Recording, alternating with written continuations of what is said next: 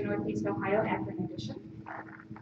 We're a chapter of a nonpartisan nonprofit organization, Center for Inquiry, headquartered in Amherst, New York, whose mission is to foster a secular society based on science, reason, freedom of inquiry, and humanist values.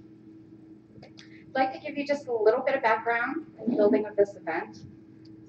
During this last campaign season, there was a lot of focus on Ohio from across the nation, but that attention was mainly on two races, president and senator.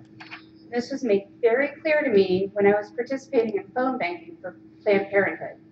While making phone calls asking if people knew who they were voting for president or senator, everyone seemed to know, but hardly anyone could even tell me who was running for state office. And I think it's time for us to bring that focus of Ohio back to the state level. We need to be paying attention to the people who are making the laws that affect us here in our state. So that's why I organized this two-day event, the first annual Ohio Secular Summit 2013. And yes, I do plan on making this an annual event. And today we have an excellent lineup of presentations. And then tomorrow morning, those of us participating in the lobbying portion will have a training session and head over to talk to our state legislators about secular public policy. So why a lobby day? Last year, when I was in Washington, D.C. to attend the Reason Rally, I participated in the Secular Coalition of America's Lobby Day. My husband and I, along with our teenage daughter, were able to meet with the staff of Representative LaTourette and Senator Portman.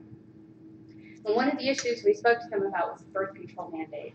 Because at that time, the United States Conference of Catholic Bishops were lobbying really hard against the mandate.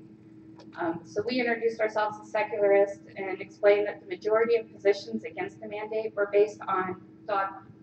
And we hold that public policy should be based on reason and logic, not on a particular religious interpretation. Now, both of our congressmen were Republicans, the ones that we met with the staff, so it might not really have made that much of a difference considering the climate in Congress at the time, but it made all the difference in the world to me. That day was an amazing experience that really sparked my involvement in activism. I got a sense of actually participating in the political process, and I want to spread that feeling to as many people as I can. Because to move our state forward, we need other Ohioans to get involved in the political process and to experience that spark of activism. While we were in that room being trained in the morning before we went, sitting in a room with all those other people that were there to do the same thing we were there to do, so we had people from all 50 states, at least one person from all 50 states there. Being in the middle of all those people who felt the same way, it occurred to me that my little family was not alone in this. And with this many people, we could affect some change. And our state legislature needs to be shown those numbers. They need to be shown how many of their constituents care about the legislation they are voting on. Because currently there are plenty of people making it their business as to what public health policy is being enacted. These are the people who brought us the war on women Ohio style. These are the people who brought us the heartbeat bill and attempting to ban abortions if a fetal heartbeat is detected. And these are the people who have tried to defund Planned Parenthood. Just a couple of examples of how the 129th General Assembly was being influenced by religious groups.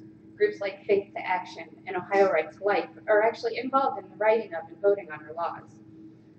And the president of Ohio Right to Life recently was appointed by the governor to the state medical board, and he was not the first member of that organization to be given that responsibility. So our legislature, our government, they need to be shown that we do not support the religious rights meddling with our laws and public policy. And they need to be shown how many of us there are. But this is just the beginning. Attending one lobby day with my General Assembly members got me, or with my Congress, got me involved in politics on a level I didn't think possible. And I think once we give people that spark, that desire, that feeling that I know all of you share, probably wouldn't be here in this room, that there's no stopping or telling how far we can take it. So before we get started, I just want to thank a few people, mainly my husband for never blinking when I say this is what we need to do. And Mark Tversky for doing a lot of the heavy lifting for this today, that was cool. And Patrick Regan for never letting me be too hard on myself. So I'd like to thank you guys. And of course, all of our speakers who are here today, some of whom came on very, very short notice, which I really appreciate. And first up, we have Kim Walter, She is the Director of Programs and Outreach of Equality Ohio, an organization which advocates and educates to achieve fair treatment and equal opportunity for all Ohioans, regardless of their sexual orientation or gender identity or expression. Kim holds a Master of Arts in Education from the University of Toledo, is a graduate of the Center for Progressive Leadership, and serves on the board for the Progressive Majority. Today, she is here to talk to us about how laws based on religions of thought affect the LGBT community. Please welcome Kim Welton.